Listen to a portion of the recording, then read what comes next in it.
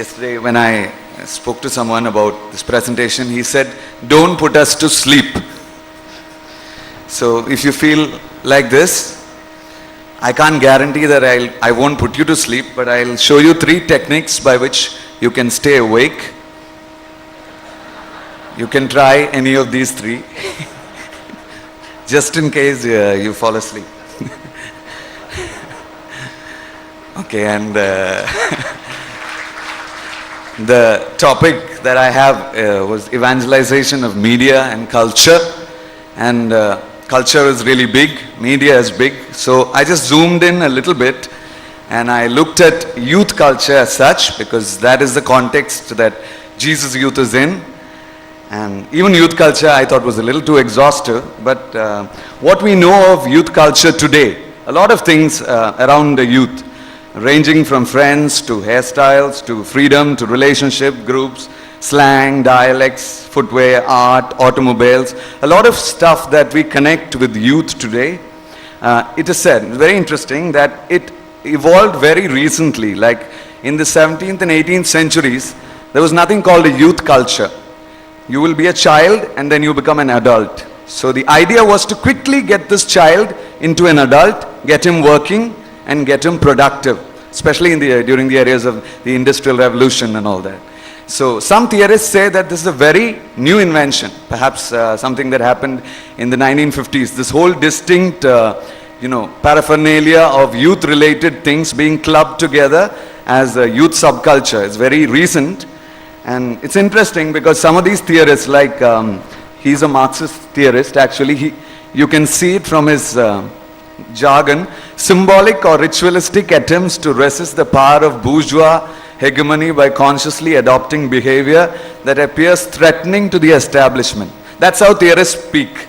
Now in English, what he's trying to say is that youth deliberately try to put on these things, in some way to give a statement to us, to society, to the establishment.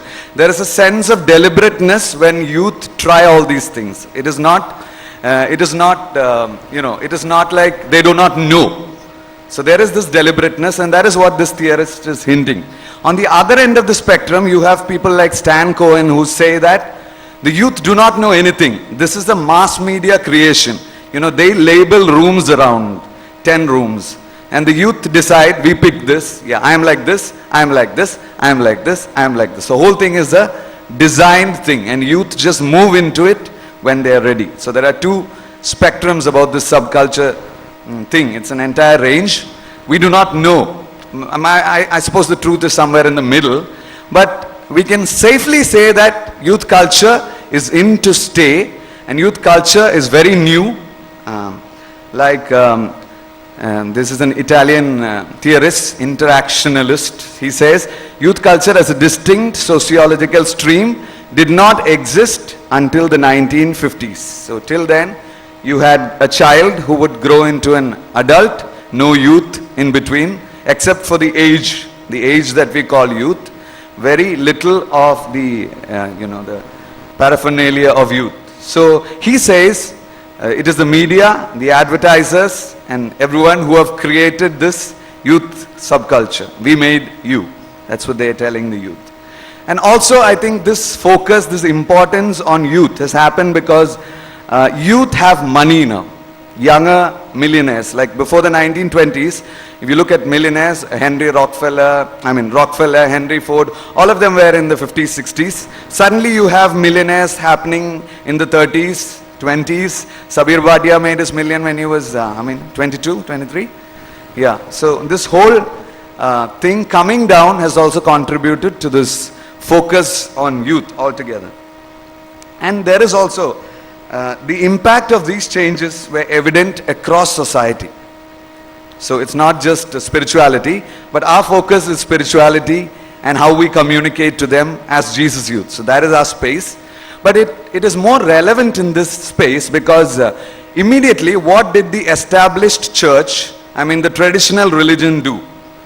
They said this youth culture is, or we said youth culture is dangerous, it is rebellious, and a frown came on.